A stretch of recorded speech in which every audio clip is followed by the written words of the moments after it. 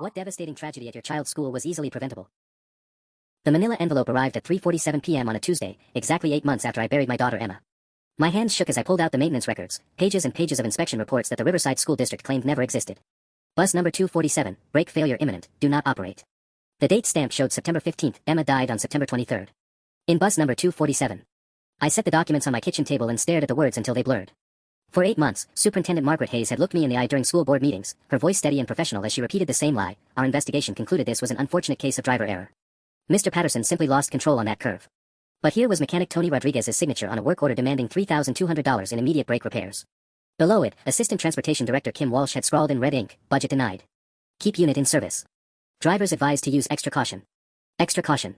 As if caution could stop 2 tons of metal when the brakes give out completely on Miller's Hill. I grabbed my phone and called the number written on a note attached to the envelope. A gravelly voice answered on the first ring. This is Rodriguez. Tony, this is Michael Chin. Emma's father. You sent me these records. A long pause. I couldn't keep quiet anymore, man. Not after what they did to you at that last board meeting. Threatening you with harassment charges just for asking questions about your own kid. I remembered that night 3 weeks ago. I'd stood up during public comments and demanded to see the bus maintenance files. Hayes had her lawyer, some slick guy named Brennan, immediately cut me off. Said if I continued making baseless accusations, they'd pursue legal action for defamation. Tony, how long have you been documenting this? 2 years. Ever since they started the efficiency measures. That's what Walsh calls it when she tells us to patch up safety violations instead of fixing them properly. Bus number 247 wasn't the only one. We've got 12 units that should have been decommissioned months ago. 12 buses. Hundreds of kids riding in rolling death traps every day so the district could pad their budget numbers. I need more than these records, I said. I need everything. Already copied it. Emails, work orders, the whole cover-up after the crash. But Chen, you gotta know, if this gets out, I'm done.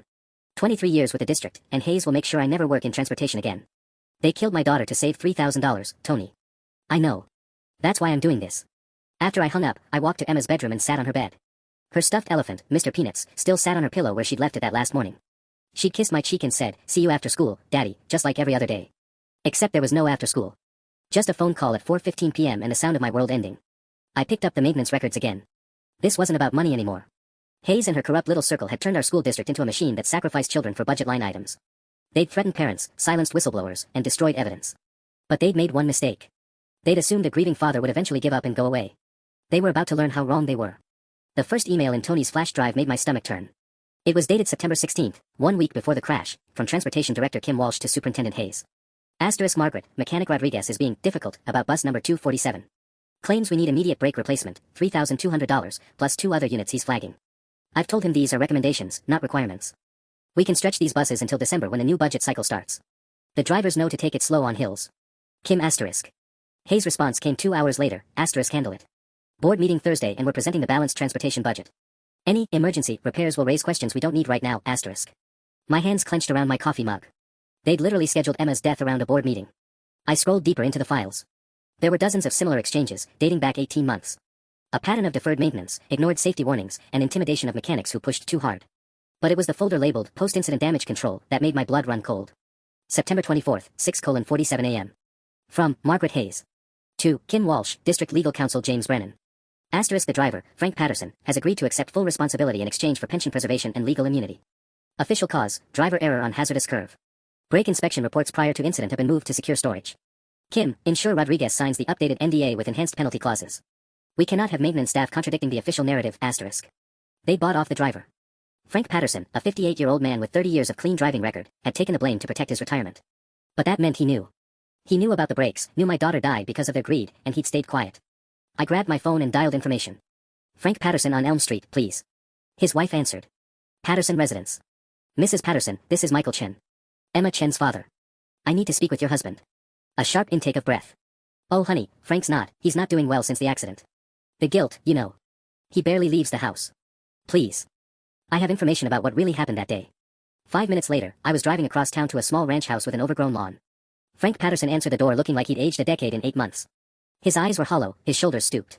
Mr. Chen, he whispered. I'm so sorry. I'm so goddamn sorry. Tell me about the brakes, Frank. He glanced around nervously, then stepped aside to let me in. His living room was dark, curtains drawn tight. They told me if I kept quiet about the mechanical issues, they'd protect my pension and make sure no criminal charges were filed. Said it was better for everyone if it was just driver error. His voice cracked. But I felt those brakes go soft 3 days before the crash. I reported it to Walsh directly. She told me to make do until the weekend. You have proof of that report? I kept copies of everything. Always have. 30 years of covering your ass in this job teaches you that. He walked to a filing cabinet and pulled out a manila folder. Incident reports, maintenance requests, even a recording of my phone call to Walsh. Recording? Old habit. I record all official communications on my personal phone. These people have been throwing drivers under the bus for years over equipment failures. He paused, realizing his choice of words. Jesus, I'm sorry. I took the folder. Inside were documents that would destroy Hayes' entire narrative.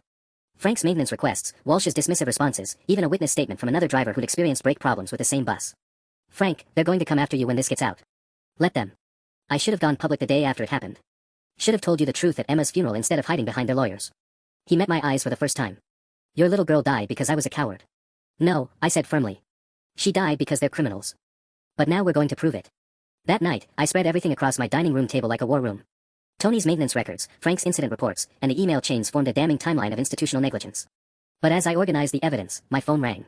Mr. Chen, this is Detective Sarah Morrison with the State Police.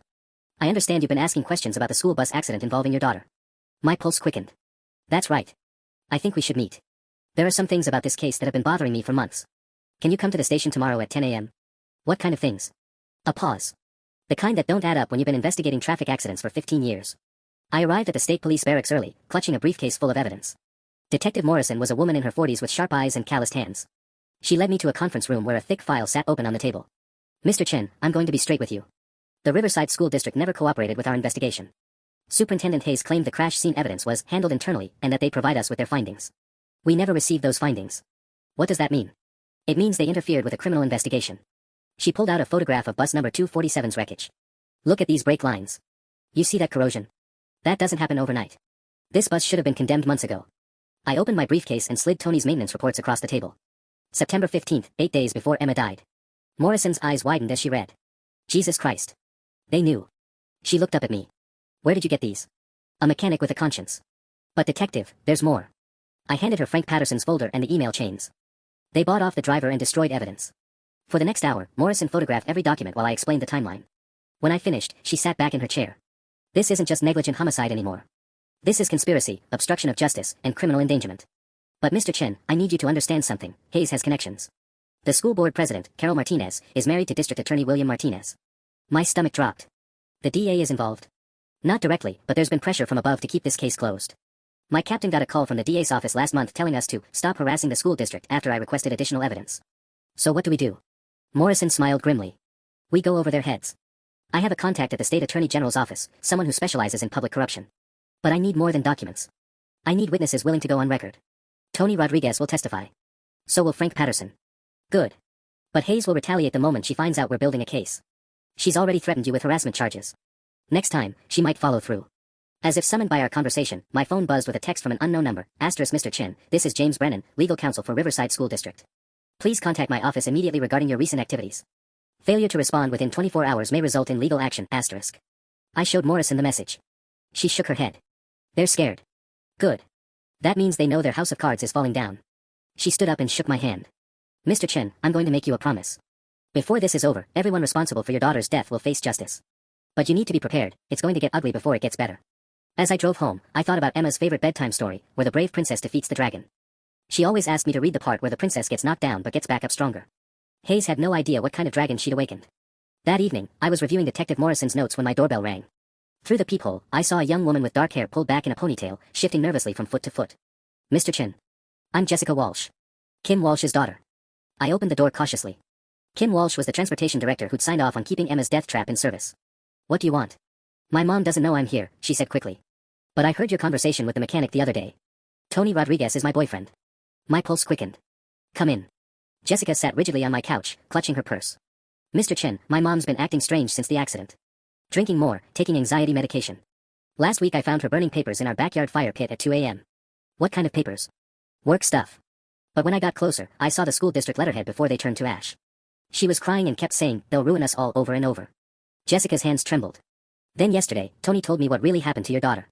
About the brakes, about the cover-up. Your mother knew those buses were unsafe. I found something. She opened her purse and pulled out a small digital recorder. Mom always works from home on Sundays, takes calls in her office. I've been worried about her mental state, so I started recording her phone conversations to see if she needed help. She pressed play. Kim Walsh's voice filled my living room, tight with panic. Margaret, I can't sleep. That mechanic Rodriguez is asking too many questions about his testimony. What if he talks? Superintendent Hayes' voice crackled through the speaker. Tony signed the enhanced NDA. If he violates it, we'll sue him for every penny he has and destroy his career. Same goes for the driver. But what about the Chen investigation? That detective called again yesterday. Handled. My conversation with District Attorney Martinez was very productive. The state police have been advised to focus their resources elsewhere. Hayes' voice turned cold. Kim, you're spiraling. Take a vacation. Let me manage this situation. There are 12 buses, Margaret. 12. If one more accident happens, then we'll handle that too. The board meeting is Thursday. I need you composed and professional.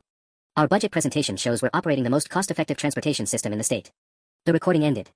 Jessica looked at me with tears in her eyes. Mr. Chen, my mom made a terrible mistake, but she's not evil. She's just weak.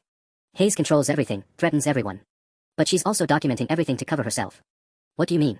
Mom keeps duplicate files at home. Every email, every work order, every conversation with Hayes. She calls it her insurance policy, in case Hayes tries to make her the scapegoat. Jessica wiped her eyes. After Tony told me about your daughter, I realized what those files really were. Evidence of murder. Where are these files? Home safe. But Mom changes the combination weekly now. She's paranoid. Jessica leaned forward. Mr. Chen, there's something else. Hayes isn't just covering up the bus maintenance.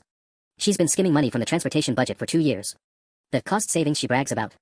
She's been funneling that money into shell companies owned by board members. This was bigger than Emma's death. Hayes had built a criminal enterprise inside our school district. Jessica, I need those files. I know. Mom has a doctor's appointment Thursday morning at 9 a.m. She never misses it, anxiety medication check-in. The safe combination is written in her prescription notebook. She hides it in the kitchen drawer with the takeout menus. I stared at this young woman who was betraying her own mother for justice. Why are you helping me? Because 12 buses are still out there carrying kids every day. And because Tony showed me your daughter's picture. Her voice broke. Emma looked just like my little sister did at that age. If something happened to Sarah because my mom was too scared to do the right thing. She stood up. Thursday morning. I'll text you when she leaves. After Jessica left, I called Detective Morrison. We have a problem and an opportunity, I told her, then played the recording. Morrison's whistle echoed through the phone. Conspiracy, embezzlement, and obstruction involving the DA's office. This just became a federal case. She paused. But if we're caught breaking into Walsh's house, the evidence gets thrown out and Hayes walks free. Then we better not get caught. Mr. Chen, I didn't hear you say that. Of course not, detective. I'm just a grieving father who's very interested in Thursday morning doctor appointments. Thursday couldn't come soon enough. Hayes had killed my daughter for money, corrupted the investigation, and turned our school district into her personal ATM. But she'd made one crucial error. She'd left witnesses alive. Thursday morning arrived gray and cold, matching my mood as I sat in my car across from Kim Walsh's modest 2-story house. At 8:47 a.m., my phone buzzed with Jessica's text, Mom just left. You have maybe 90 minutes, I waited 5 more minutes to be sure, then walked to the front door like I belonged there. Jessica had left it unlocked as promised. The house smelled like coffee and Walsh's anxiety, that particular mix of stale air and fear I'd come to recognize in people hiding terrible secrets. The kitchen was exactly as Jessica described. Second drawer from the stove, buried under Chinese takeout menus and pizza flyers, I found the small spiral notebook. Walsh's handwriting was cramped and shaky. Safe, Emma's birthday backwards plus accident date equals 8032923. My hands froze. She'd used my daughter's birthday as part of her safe combination. March 20th, 2015. This woman had been living with Emma's death literally locked in her memory every single day. The safe was hidden behind a family photo in Walsh's home office. Bitter irony that she'd concealed evidence of child endangerment behind a picture of her own kids. The combination worked on the first try, and the safe door swung open to reveal 3 thick manila folders and a small external hard drive. The first folder was labeled Transportation Irregularities, Insurance. Inside were copies of every maintenance report Tony Rodriguez had filed over the past 2 years. Not just bus number 247, but dozens of violations across the entire fleet. Brake failures, steering problems, cracked windshields, faulty emergency exits. Walsh had documented a systematic pattern of ignored safety warnings. But it was the financial records in the second folder that made my blood boil. Hayes hadn't just deferred maintenance to save money, she'd been stealing it. Every budget savings from delayed repairs went into something called Riverside Education Consulting, LLC. The shell company's address matched Superintendent Hayes' home. June 2023, bus maintenance deferral savings, $47,300 transferred to REC. August 2023, emergency repair avoidance, $23,800 transferred to REC. September 2023, unit replacement delay, $31,200 transferred to REC. The dates told the story. The September transfer had been processed on September 25th, 2 days after Emma died. Hayes had literally profited from my daughter's death. The third folder contained what Jessica had called Walsh's insurance policy, audio recordings of phone conversations with Hayes dating back 18 months. I plugged in my earbuds and selected a file from 2 weeks after the crash. Hayes' voice was calm, almost cheerful. Kim, the Patterson situation is resolved. He's sticking to the driver error story. The mechanic Rodriguez has been sufficiently motivated to keep quiet. As far as the state police investigation goes, Detective Morrison won't be a problem much longer. What does that mean? Walsh's voice was tight with worry. I had a productive lunch with DA Martinez yesterday. Detective Morrison is being reassigned to cold cases effective Monday. Her replacement will be much more collaborative. Margaret, what if the father doesn't stop asking questions? Michael Chen is a grieving parent looking for someone to blame. Eventually he'll exhaust himself and move on. People always do. Hayes' laugh was cold. Besides, our legal counsel has made it clear that continued harassment of district officials will result in significant consequences. I ripped off the earbuds, hands shaking with rage. They'd been planning my destruction from day one, treating Emma's death like a public relations problem to be managed. My phone rang. Detective Morrison. Chen, we have a situation. My captain just pulled me off the case. Officially, I'm being reassigned due to workload priorities, but we both know what this really is. Hayes got to your boss. Through the DA's office, yeah. But here's the thing, I made copies of everything before they could bury it. And my contact at the Attorney General's office is very interested in our evidence. I looked at the hard drive in my hand. Detective, how would you like to have recordings of Hayes admitting to obstruction of justice and witness tampering? Please tell me you're not calling from inside someone's house right now. I'm calling from my car. Hypothetically. Hypothetically, that would be the break we need to take this federal. Can you meet me at the diner on Route 9 in an hour? After I hung up, I photographed every document and copied the hard drive contents to my laptop. As I was preparing to leave, a car door slammed outside. Through the window, I saw Kim Walsh walking up her driveway, 40 minutes early. I had maybe 30 seconds before she reached the front door. My heart hammered against my ribs as I shoved the folders back into the safe, fingers fumbling with the combination lock. Kim Walsh's footsteps echoed on her front porch. I could hear her keys jangling as she searched her purse. The safe clicked shut just as the front door opened. I grabbed my laptop and crept toward the back of the house, praying Jessica had been right about the rear exit through the kitchen. Walsh's voice carried down the hallway as she spoke on the phone. Yes, Dr. Peterson, I know the appointment was at 9 a.m. I started having another panic attack in the parking lot. Can we reschedule for this afternoon? I slipped through the kitchen toward the back door, but froze when I heard her footsteps approaching. There was nowhere to hide, just an open floor plan between me and discovery.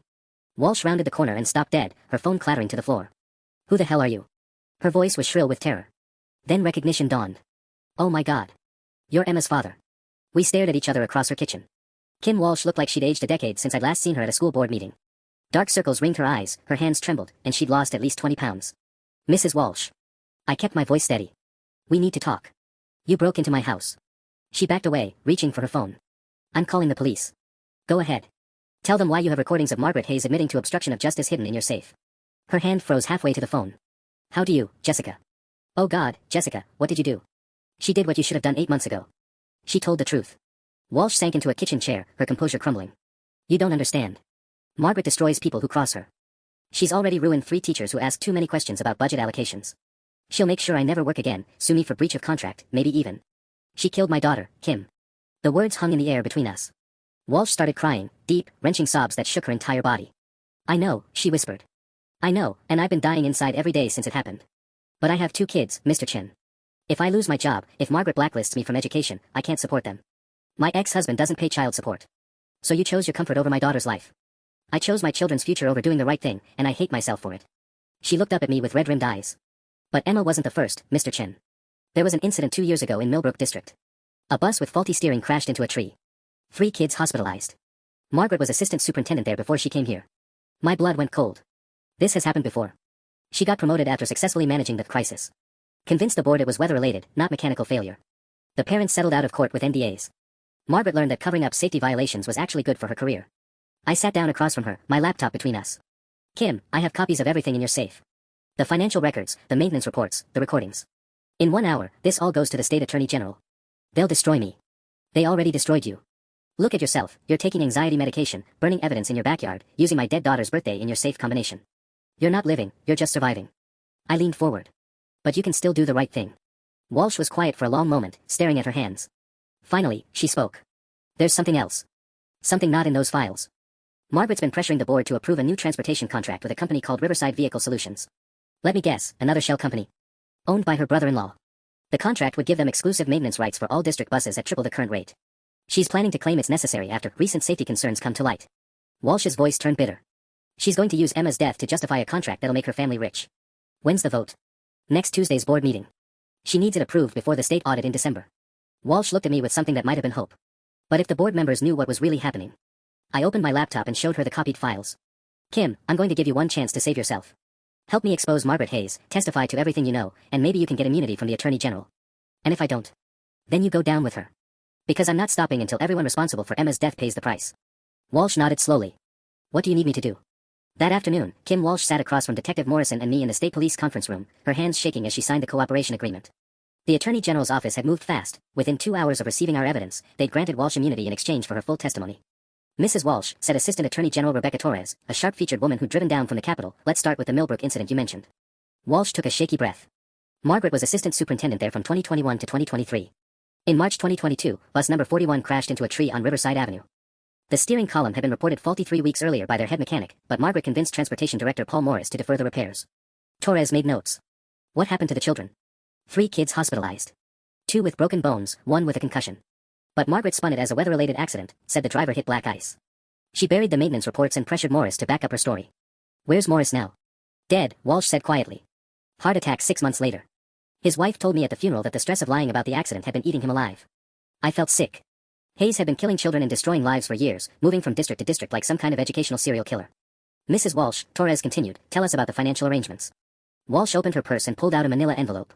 These are bank statements I printed this morning. Riverside Education Consulting isn't just taking maintenance money, Margaret's been skimming from textbook funds, technology budgets, even the school lunch program. Torres reviewed the statements. Jesus. We're looking at over $300,000 in theft over 18 months. It gets worse, Walsh said. Board President Carol Martinez knows about the financial irregularities. Her husband getting the police investigation shut down wasn't just a favor, she's been getting kickbacks through a fake consulting contract. How much? $5,000 a month since last January. Officially, she's providing community outreach services to REC. Walsh's voice turned bitter. The only service she's providing is keeping the board from asking questions. Detective Morrison leaned forward. Kim, we need to talk about next Tuesday's board meeting. This vehicle maintenance contract, how does it work? Margaret's planning to reveal that recent safety audits have identified serious concerns with our current maintenance provider. She'll claim we need Riverside Vehicle Solutions to ensure student safety going forward. Walsh laughed bitterly. She's going to use Emma's death to steal another $1 million. Torres and Morrison exchanged glances. Mrs. Walsh, Torres said, would you be willing to wear a wire to that meeting? Walsh went pale. If Margaret finds out. She won't, Morrison interrupted. But we need to catch her in the act of presenting fraudulent information to the board. Your testimony alone might not be enough to convict on the financial charges. I spoke up. There's something else we should consider. If Hayes is planning to blame the current maintenance provider for Emma's death, she'll need falsified safety reports. Someone had to create those documents. Walsh nodded slowly. Assistant Transportation Director Jake Morrison handles all vendor communications. Margaret's been working with him on the transition reports. She paused. Jake's also Carol Martinez's nephew. Family business, Detective Morrison said grimly. How deep does this corruption go? Deep enough that they felt comfortable murdering a child to protect it, I said. Kim, I need to ask you something directly. Did Margaret Hayes deliberately keep bus number 247 in service knowing it would likely crash? Walsh was quiet for a long moment. Finally, she spoke in barely a whisper. 3 days before the accident, Margaret asked me which route had the steepest hills. When I told her Miller's Hill on Route 12, she said, good to know, and made a note in her planner. The room went dead silent. Torres stopped writing. Detective Morrison's face went white. Are you saying, Torres asked carefully, that Superintendent Hayes deliberately assigned a bus with failed brakes to the most dangerous route in the district? Walsh met my eyes across the table, and I saw my own horror reflected there. I think Margaret Hayes murdered Emma Chin to create justification for her fraudulent maintenance contract. The words hung in the air like poison gas. Margaret Hayes hadn't just covered up Emma's death, she'd orchestrated it. I need a minute, I said, standing abruptly and walking to the window. The parking lot below looked normal, mundane. People going about their lives while I learned that my daughter had been murdered in cold blood for an insurance fraud scheme. Detective Morrison's voice cut through my shock. Kim, I need you to be absolutely certain about what you're saying. Margaret Hayes specifically asked about routes with steep hills 3 days before assigning bus number 247 to Miller's Hill. Yes. Walsh's voice was stronger now, as if finally speaking the truth was giving her courage. She came to my office Tuesday morning, September 20th, around 10 a.m. Said she was reviewing route efficiency and needed to know which paths posed the greatest challenge for older vehicles. Torres looked up from her notes. Did she give any other reason for the inquiry? She said the State Transportation Authority was conducting surprise inspections and she wanted to make sure our most reliable buses were on the difficult routes. Walsh's hands clenched. I thought she was being responsible. Instead, I was helping her commit murder. The full scope of Hayes' plan crystallized in my mind. She needed a dramatic bus accident to justify her fraudulent maintenance contract. A minor fender bender wouldn't create enough urgency. She'd needed children to die. My phone buzzed with a text from Jessica Walsh, * mom never came home last night. Margaret Hayes just called the house asking where she is. Says there's an emergency board meeting tonight about mom's concerning absence. I think they know, *. I showed the message to Detective Morrison. She immediately pulled out her radio. All units, we need protection detail for Jessica Walsh, 847, Pine Street. Possible witness intimidation in progress. Torres closed her file. We're accelerating the timeline. Kim, that wire conversation happens today, not Tuesday. If Hayes suspects you're cooperating, she'll either flee or silence you permanently. How? Walsh asked. The emergency board meeting is in 3 hours. I can't just show up wearing surveillance equipment and start asking about financial irregularities. You don't ask about them, I said, turning from the window. You confess to them. Everyone stared at me. I continued, Margaret thinks you're missing because you're having a breakdown over the guilt. So lean into that. Show up to the meeting disheveled, emotional, and ready to come clean about everything. Tell her you can't live with the lies anymore. Torres nodded slowly. Hayes will panic and try to talk you out of going public. She'll admit to things trying to convince you the cover-up was necessary. But what if she doesn't take the bait? Walsh asked. What if she just fires me and claims I'm having a mental health crisis? Detective Morrison smiled grimly. Then we spring trap number 2. Kim, you're going to tell Hayes that you've been contacted by the FBI. Have I? You have now. Torres, can you get federal involvement by this afternoon? Torres checked her phone. Already in motion. Wire fraud across state lines makes this federal jurisdiction. Agent Sarah Kellerman from the FBI's Public Corruption Unit is driving down from Boston as we speak. I felt something shift inside me, the first hint of satisfaction I'd experienced since Emma died. Hayes had spent 8 months thinking she was untouchable, protected by corrupt board members and complicit officials. But she'd made the same mistake every criminal makes, she'd assumed her victims would stay silent. There's something else, Walsh said suddenly. Margaret keeps a go-bag in her office. Cash, fake IDs, plane tickets. I saw it last month when I was looking for budget files. She's prepared to run. Not anymore, Torres said, pulling out her phone. I'm getting a court order to freeze all assets associated with Riverside Education Consulting and Riverside Vehicle Solutions. Agent Kellerman can have surveillance on Hayes within the hour. As the meeting broke up, I found myself alone with Kim Walsh in the hallway. She looked at me with tears in her eyes. Mr. Chen, I know this doesn't change anything. Emma's still gone because of choices I made. But I want you to know that not a day has passed that I haven't thought about her. Kim, I said quietly, my daughter died because Margaret Hayes is a sociopath who values money more than children's lives. You were a coward, but you weren't a killer. Help us catch her, and maybe some good can come from this nightmare. She nodded and walked toward the parking lot. In 6 hours, we'd know if justice was possible.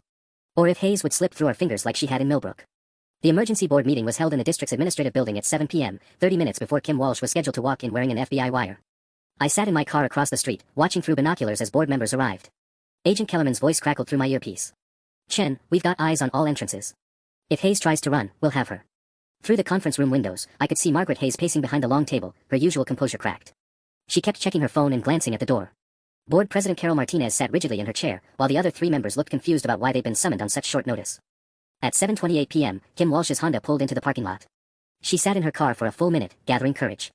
I could see her hands shaking as she adjusted the wire taped under her blouse. Signals coming through clear, Agent Kellerman confirmed. Recording in progress. Walsh stumbled slightly as she walked toward the building, a perfect touch of genuine terror masquerading as emotional breakdown. The moment she entered the conference room, Hayes' voice filled my earpiece. Kim, thank God. We were worried sick. Where have you been? I couldn't. I can't do this anymore, Margaret. Walsh's voice was shaky, authentic. The guilt is killing me. I keep seeing that little girl's face. Kim, sit down. You're obviously upset. Everyone, I think we should postpone this meeting until... No. Walsh's voice cracked with desperation. They came to my house today. The FBI. They know about the buses, about Riverside Education Consulting, about everything. The conference room went dead silent. Through my binoculars, I could see Hayes' face go white. Carol Martinez gripped the table edge. The other board members looked bewildered. Board member Robert Kim spoke first, FBI. What are you talking about? What's Riverside Education Consulting? Hayes recovered quickly, her political instincts kicking in. Kim's been under tremendous stress since the accident. She's obviously having some kind of breakdown. Carol, I think we should call her husband. My husband left me 3 months ago because I couldn't stop crying about Emma Chen. Walsh's voice rose to near hysteria. Because I helped you murder a child for money. Kim, stop. Hayes' tone turned dangerous. You're saying things that could destroy innocent people's lives. Innocent? Walsh laughed bitterly. Margaret, we stole $300,000 from children's education funds. We knew those buses were death traps and kept them running anyway. How is that innocent? Board member Patricia Foster stood up abruptly. I'm sorry, what? We stole money. Margaret, what is she talking about? Hayes shot Walsh a look that could have melted steel. Patricia, Kim is clearly having a mental health crisis. None of what she's saying is. The FBI has the bank records, Walsh interrupted. Riverside Education Consulting, Riverside Vehicle Solutions, the fake maintenance contracts. They know about Carol's kickbacks, about Jake Morrison's falsified safety reports, about everything. Carol Martinez finally spoke, her voice tight with panic. Kim, you need to stop talking right now. Margaret, we need to call James Brennan immediately. Why? Asked Robert Kim. If this is all nonsense, why do we need a lawyer? Hayes was losing control of the room. I could see her calculating, trying to figure out how much the FBI actually knew versus how much Walsh was bluffing. Everyone calm down, Hayes said, her superintendent voice returning. Kim, if you've been contacted by federal agents, then we need to discuss this privately. Board members, I'm calling a 15-minute recess. No, Walsh said firmly. I'm done with private conversations. Robert, Patricia, do you want to know why your children ride buses with faulty brakes? Because every dollar we should have spent on safety went into Margaret's pocket. Agent Kellerman's voice buzzed in my ear, she's taking the bait. Hayes is about to make a mistake. Hayes slammed her hand on the table. Enough. Kim, you signed the same NDAs as everyone else. You agreed to the budget restructuring. You don't get to have a crisis of conscience now and destroy everyone's careers. Budget restructuring? Robert Kim's voice rose. Margaret, are you admitting there's truth to what she's saying? The trap was closing. Hayes had just confirmed the conspiracy existed in front of witnesses who weren't part of it. What I'm saying, Hayes replied carefully, is that Kim Walsh has been under investigation by our insurance company for falsifying maintenance reports. Her accusations are a desperate attempt to deflect blame onto innocent administrators. Walsh pulled out her phone and set it on the table. Then explained this recording from October 15th. She pressed play, and Hayes' own voice filled the room. Kim, the Chin situation is handled. Detective Morrison won't be a problem much longer. I had a productive lunch with D.A. Martinez yesterday. The color drained from every face around that table. Hayes stared at the phone like it was a live grenade. Kim, where did you get that? I recorded every conversation we had after Emma died. Every plan to cover up the brake failure, every scheme to steal more money, every threat against parents and mechanics. Walsh's voice grew stronger with each word. 47 hours of recordings, Margaret. All of it backed up in 3 different locations. Hayes' mask finally slipped completely. You stupid bitch. Do you have any idea what you've just done? The moment Hayes called Kim Walsh a stupid bitch, I knew we had her. But what happened next caught everyone off guard. Carol Martinez stood up so fast her chair toppled backward. Margaret, shut your mouth right now. Not another word. Carol, she's going to destroy us all. I said shut up. Martinez's voice cut through the room like a blade. She turned to the other board members, her political instincts finally kicking in. Robert, Patricia, this meeting is over. We need emergency legal counsel before anyone says another word. But Robert Kim wasn't having it. He was a retired engineer who joined the board to improve educational outcomes, not to enable fraud. Carol, I want to hear these recordings. All of them. Absolutely not. Kim is clearly. I'm clearly what? Walsh stood up, pulling out a thick manila envelope. Clearly telling the truth. Here are the bank statements showing Margaret's theft. Here are the maintenance reports she ordered us to ignore. Here's Tony Rodriguez's documentation that bus number 247 should have been decommissioned in August. She scattered the documents across the table. Patricia Foster grabbed the maintenance reports, her face growing pale as she read. Jesus Christ, Margaret. This says, brake failure imminent, do not operate, dated September 15th. That little girl died on September 23rd. Hayes finally seemed to realize the magnitude of her situation. Her voice turned pleading. Patricia, you have to understand, the district was facing massive budget cuts. If we'd replaced every bus that had minor issues, we would have had to eliminate programs. Cut teachers. I was trying to protect jobs. By murdering children. Robert Kim's voice was ice cold. It was an accident. We had no way of knowing. We knew exactly what would happen, Walsh interrupted. Margaret specifically asked me which routes had the steepest hills 3 days before assigning that bus to Miller's Hill. She planned Emma Chen's death. The room erupted. Patricia Foster started crying. Robert Kim began shouting about criminal liability. Carol Martinez kept repeating, we need lawyers, like a broken record. But Hayes surprised everyone by laughing. You think this is over, she said, her voice taking on an almost manic edge. Kim, you have no idea how deep this goes. You think it's just our district. Just our state. Agent Kellerman's voice crackled in my earpiece. What is she talking about? Hayes opened her briefcase and pulled out a thick folder. Riverside Education Consulting has contracts with 17 school districts across 4 states. We've saved taxpayers millions of dollars by optimizing transportation efficiency. You've killed how many children? Kim Walsh's voice was barely a whisper. Acceptable losses for systemic improvement, Hayes replied with chilling calm. Kim, you recorded 47 hours of our conversations. But you missed the important calls. The ones with Senator Patricia Manning's office about federal education funding. The ones with lobbyist groups planning to take our model nationwide. My blood went cold. This wasn't just about stealing money from our district. Hayes had been running a pilot program for a national education fraud scheme. Robert Kim grabbed his phone. I'm calling the police. Go ahead, Hayes said. But ask yourself this, if Senator Manning's office has been aware of our activities for 18 months, do you really think local police are going to touch this? Carol Martinez finally found her voice. Margaret, stop talking. Everyone stop talking. This conversation ends now. But Hayes was past caring about damage control. Carol, they already have the recordings. They already have the financial records. The only question now is whether we cooperate with the federal investigation or let them destroy us piece by piece. She looked directly at Kim Walsh. You want to know the truth? Emma Chin wasn't the first child to die for this program, and she won't be the last. Unless someone stops what we started. Agent Kellerman's voice exploded in my ear. All units move in now. Now. Now. Through the conference room windows, I watched FBI agents swarm the building. But Hayes was already reaching for something in her briefcase, something that made Carol Martinez scream. The object in Hayes' briefcase wasn't a weapon, it was a cell phone. She hit speed dial with shaking fingers while FBI agents pounded on the locked conference room door. Senator Manning. It's Margaret. We have a problem. Agent Kellerman's voice crackled through my earpiece. All units, suspect is making contact with federal officials. Priority intercept on that call. But Hayes was already talking, her voice carrying clearly through Walsh's wire. Patricia, the Chen investigation has compromised the entire pilot program. 17 districts, 4 states. They have financial records, recordings, everything. The pounding on the door intensified. Hayes pressed the phone closer to her ear, listening to something that made her face go white. What do you mean, plausible deniability? We had an agreement. Robert Kim lunged across the table, trying to grab the phone from Hayes' hand. She pulled back, still listening to Senator Manning's response. You're cutting us loose. After 18 months of implementation. Hayes' voice cracked with desperation. Patricia, without federal protection, they'll trace every transaction back to your office. The conference room door burst open. Agent Sarah Kellerman led 3 FBI agents into the room, weapons drawn but lowered. Everyone step away from the table. Hands visible. Hayes dropped the phone but kept talking to the air. Tell the families in Nebraska what happened was worth it. Tell the parents in Colorado their children died for educational reform. Agent Kellerman moved swiftly toward Hayes. Margaret Hayes, you're under arrest for conspiracy to commit wire fraud, obstruction of justice, and criminal negligence resulting in death. You don't understand, Hayes said as the handcuffs clicked around her wrists. This goes all the way to Washington. Senator Manning's Education Committee approved our efficiency model. They knew children might die. Ma'am, you have the right to remain silent. I suggest you use it. But Hayes couldn't stop talking, as if months of secrets were finally pouring out. Kim, tell them about the quarterly reports we sent to DC. Tell them about the federal grants we received for innovative transportation solutions. $2.4 million, Kim. Carol Martinez had gone catatonic, staring at the table. Patricia Foster was crying into her hands. Robert Kim stood against the wall, recording everything on his phone. Agent Kellerman looked at Kim Walsh. Mrs. Walsh, are you injured? No, I think I'm okay. Walsh's voice was barely audible. Agent Kellerman, what Hayes just said about other districts, is that true? We're investigating coordinated fraud across multiple states. Your cooperation today has potentially saved dozens of lives. As they led Hayes toward the door, she turned back one final time. Kim, check the federal funding database. Search for Rural Transportation Innovation Grants. See how many districts received money for implementing our model. The room fell silent after Hayes was removed.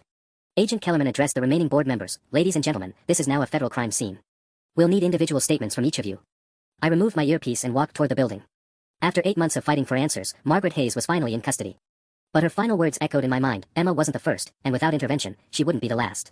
My phone buzzed with a text from Detective Morrison, *Chin, we need to talk. The Senator Manning connection is real.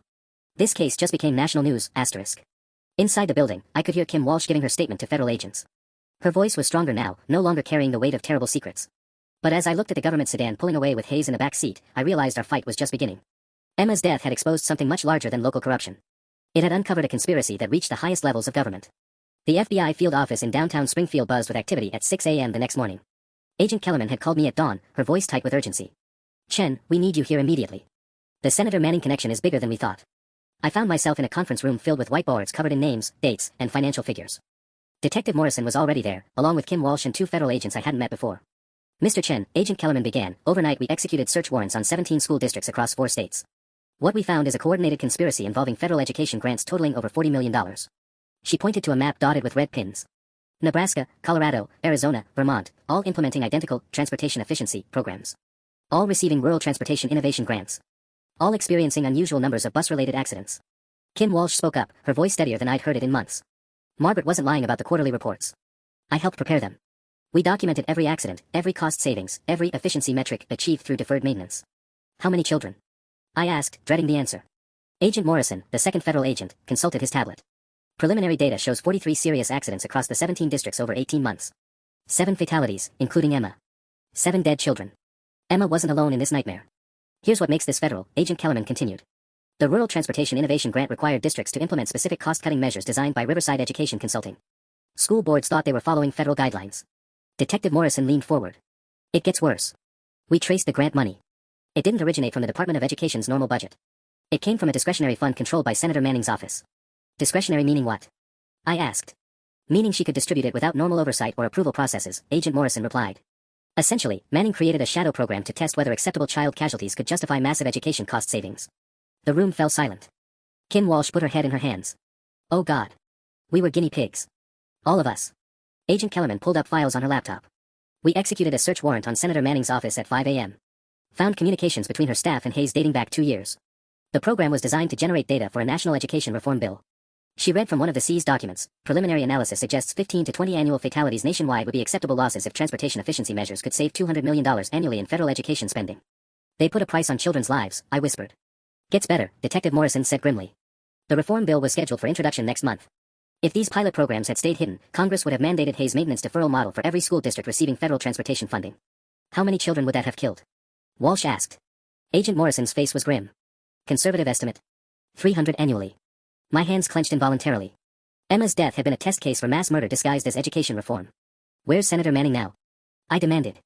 In the wind, Agent Kellerman admitted.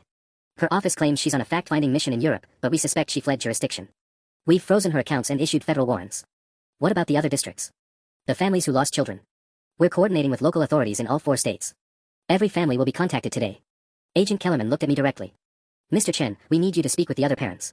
They're going to need someone who understands what they're going through. And Hayes? Arraignment is Monday morning. But her cooperation could be crucial for building the case against Senator Manning and identifying other officials involved. Kim Walsh looked up suddenly. There's something else. Margaret mentioned quarterly calls with lobbyist groups. She kept appointment calendars in her personal safe, the one in her home office.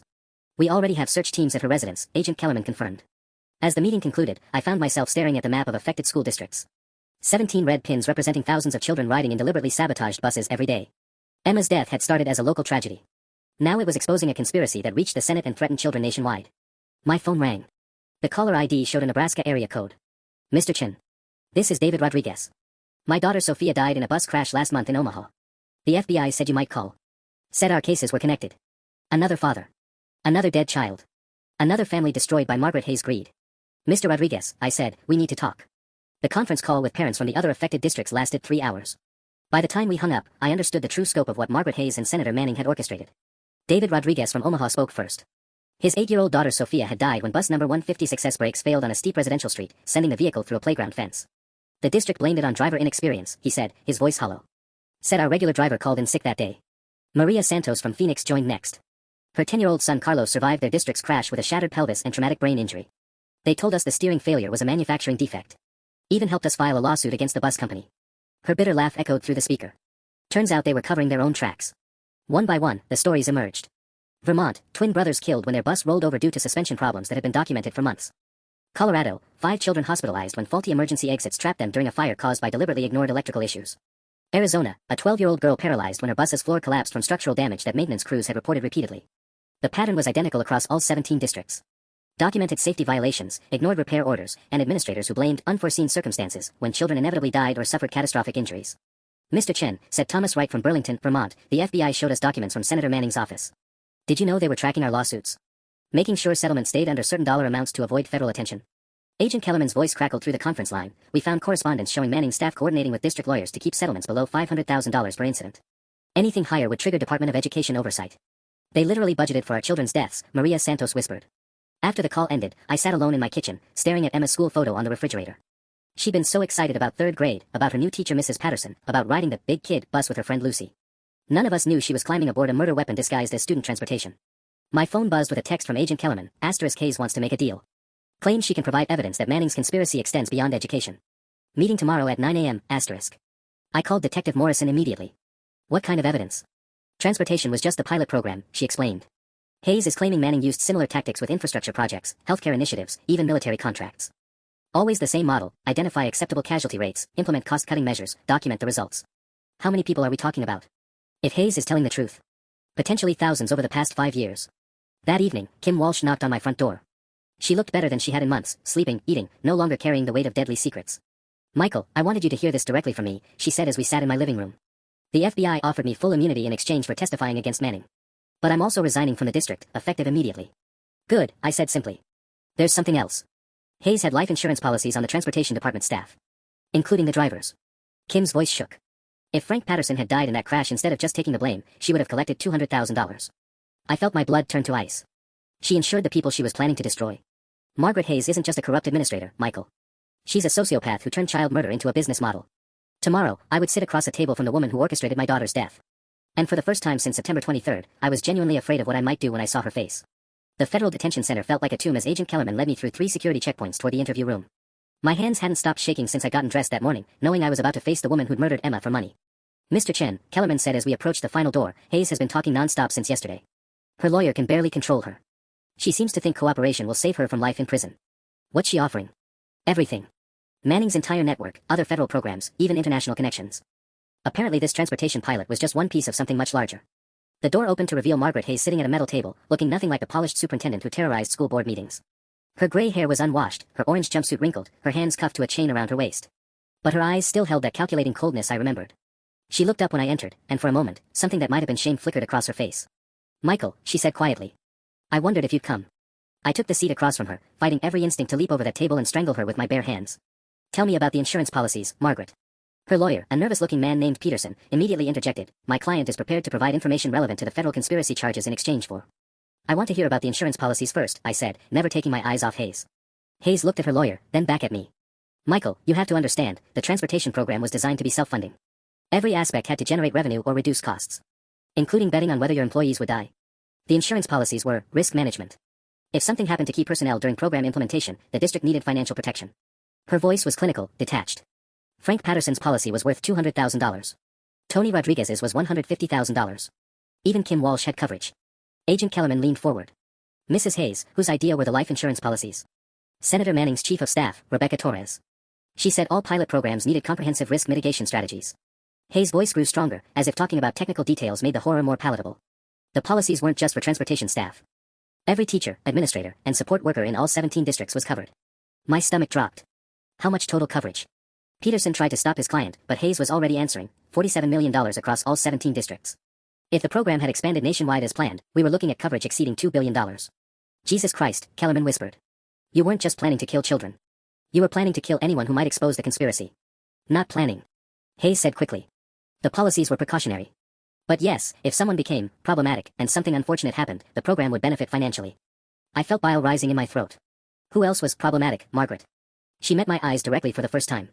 Michael, there's something about Emma's accident you don't know. Something I've never told anyone. The room went dead silent. Agent Kellerman's pen stopped moving. Peterson looked like he wanted to disappear. The brake failure wasn't random, Hayes continued. 3 days before the crash, Tony Rodriguez came to my office. Said he was going to the state police about the maintenance issues. Said he couldn't sleep knowing those buses were death traps. My hands clenched so hard my knuckles went white. What did you do? I convinced him to wait until after the weekend. Told him we could fix everything if he just gave me time to secure emergency funding. Hayes' voice dropped to a whisper. But I knew if Tony went to the police, the entire program would collapse. 17 districts, $40 million in federal grants, all of it gone. So you murdered my daughter to silence him. Hayes nodded slowly. I assigned bus number 247 to the steepest route, hoping for a minor accident that would discredit Tony's concerns. Make it look like he was overreacting to normal wear and tear. She looked up at me with tears in her eyes. I never meant for Emma to die, Michael. I thought maybe some bumps and bruises, a few scared parents. Not. I stood up so fast my chair toppled backward. Agent Kellerman grabbed my arm as I started around the table. She was 8 years old. I shouted. She was 8 years old, and you murdered her to protect your fucking pilot program. Mr. Chen, step back, Kellerman ordered, but I could hear the rage in her own voice. Hayes was crying now, finally showing some human emotion. I know. I know what I did. But Michael, if you let me cooperate, I can stop this from happening to other families. Manning's network goes beyond education, healthcare, infrastructure, defense contracts. Thousands of people are going to die if we don't expose everything. Peterson finally found his voice. My client is prepared to provide comprehensive testimony about Senator Manning's conspiracy in exchange for a plea agreement capping her sentence at 25 years. I looked at this woman who destroyed my world, who'd calculated my daughter's death like a budget line item, who'd turned child murder into federal policy. And I realized that as much as I wanted her to rot in prison forever, she was right about one thing. Other families were depending on what she knew. Talk, I said through gritted teeth. Tell us everything. Over the next 6 hours, Margaret Hayes dismantled a conspiracy that reached into the highest levels of federal government. Senator Patricia Manning had orchestrated pilot programs across 12 different agencies, all designed to establish acceptable casualty rates for cost-cutting measures. Transportation was just the beginning. The healthcare pilot had killed nursing home residents through deliberately understaffed facilities. Infrastructure programs had caused bridge collapses and water system failures. Defense contractor schemes had sent soldiers into combat with defective equipment. All of it documented, analyzed, and prepared for national implementation. The goal was a federal efficiency standard, Hayes explained, her voice growing stronger as she detailed the conspiracy. Manning's committee calculated that accepting 2,000 additional deaths annually across all federal programs could save taxpayers $850 million per year. Agent Kellerman looked sick. 2,000 people. Children, elderly, soldiers, anyone deemed statistically acceptable. Hayes pulled out a hand-drawn chart. I kept copies of the actuarial tables. Manning's team had death projections broken down by age, race, income level, even voting patterns. By evening, federal agents were executing warrants across Washington, D.C. Senator Manning was arrested at Dulles Airport trying to board a flight to Switzerland. Her chief of staff, Rebecca Torres, was found dead in her Georgetown apartment, apparent suicide, with a hard drive full of incriminating evidence on her kitchen table. The story broke on every major network simultaneously. Federal death program exposed. Senator accused of mass murder conspiracy. Acceptable casualties, how Congress planned to kill Americans for profit. 3 days later, I stood before a joint session of Congress with 6 other parents whose children had died in Hayes pilot programs. David Rodriguez held a photo of his daughter Sophia. Maria Santos carried her son Carlos's medical records showing his permanent disabilities. Thomas Wright brought drawings his twin boys had made the week before their bus crashed. Emma Chen was 8 years old when Superintendent Margaret Hayes murdered her to protect a federal conspiracy, I began, my voice carrying to every corner of the chamber. She died not because of budget constraints or maintenance failures, but because Senator Patricia Manning's office calculated that dead children were an acceptable price for education savings. The hearings lasted 2 weeks. Hayes testified for 6 days, methodically destroying Manning's entire network. 47 federal officials were indicted. 12 sitting senators faced ethics investigations. The Department of Education was restructured from top to bottom. Senator Manning was convicted on 127 counts of conspiracy to commit murder, wire fraud, and racketeering. Life in prison without parole. Margaret Hayes received 25 years in exchange for her cooperation. As they led her away after sentencing, she stopped and looked at me one final time. Michael, I know this doesn't bring Emma back. But the programs are dead. No other children will die because of what we started. I nodded once. It wasn't forgiveness, I would never forgive her. But it was acknowledgement that justice, imperfect as it was, had finally been served. Ken Walsh founded a nonprofit organization dedicated to school transportation safety, funded largely by the $47 million recovered from the insurance fraud scheme. Tony Rodriguez became the national director of bus maintenance standards. Frank Patterson, cleared of all wrongdoing, started a support group for drivers traumatized by equipment failures. 6 months after the trials ended, Congress passed the Emma Chin Federal Safety Protection Act, mandating independent oversight of all government efficiency programs and creating criminal penalties for officials who knowingly endanger civilian lives. Emma would have been 9 years old when the law passed. She would have been proud that her name was helping protect other children. On the first anniversary of her death, I visited her grave with something I'd never brought before, hope that her short life had changed the world for the better. Sometimes that's all justice can be, ensuring the ones we love didn't die in vain.